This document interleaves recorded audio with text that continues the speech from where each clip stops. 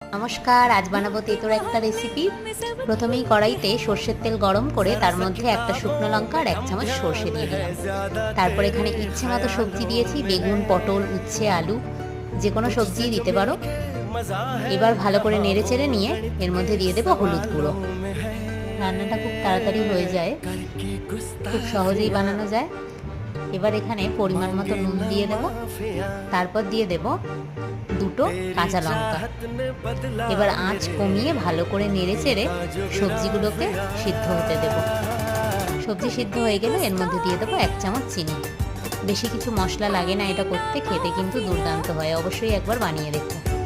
এবার 1.5 চামচ সর্ষে, আমি এখানে গুঁড়ো সর্ষে ব্যবহার করেছি, জলে গুলে দিয়ে দিলাম, আর দিয়ে দিলাম বাটি ধোয়া অল্প একটু জল। এবার আঁচ কমিয়ে কিছুক্ষণ রান্না করে নিলেই তৈরি হয়ে গেল। এইভাবে শুকনো শুকনো নামাতে হবে। তোমরা বাটা সর্ষেও ব্যবহার করতে পারো। জয় জগন্নাথ, টাটা।